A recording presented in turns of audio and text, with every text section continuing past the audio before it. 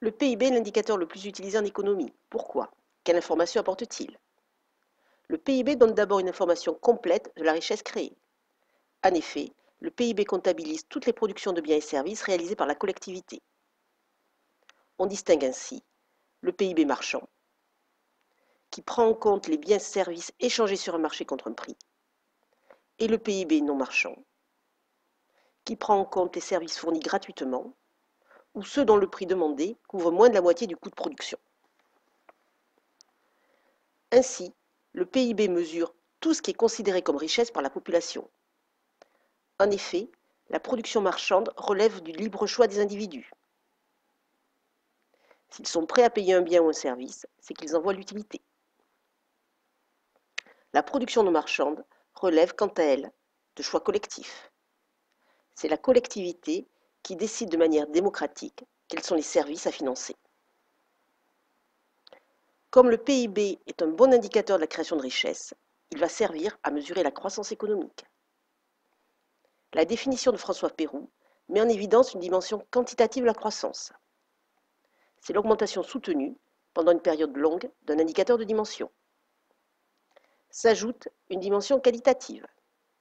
La croissance s'accompagne de transformations structurelles. La croissance a donc 4 caractéristiques. Elle s'analyse dans le long terme.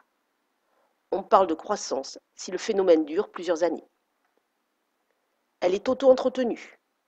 La croissance d'aujourd'hui contribue à celle de demain. Elle n'est pas homothétique. Des transformations structurelles ont lieu. La modification de la structure des emplois, la transformation de la consommation.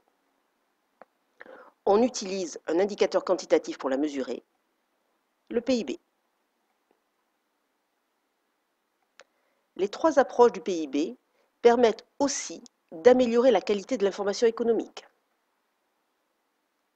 L'approche production permet de savoir quels sont les secteurs et les agents à l'origine de la création de richesses. L'approche revenu indique comment cette richesse est répartie entre masse salariale, EBE et impôts. Enfin, l'approche demande montre comment cette richesse est utilisée, entre notamment la consommation finale des ménages, l'investissement ou les exportations. Le PIB est alors un bon outil de pilotage économique.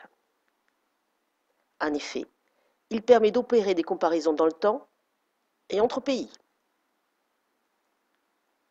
Il permet aussi de fonder des décisions, puisque les pouvoirs publics vont l'utiliser pour fixer des minima sociaux, ou le SMIC.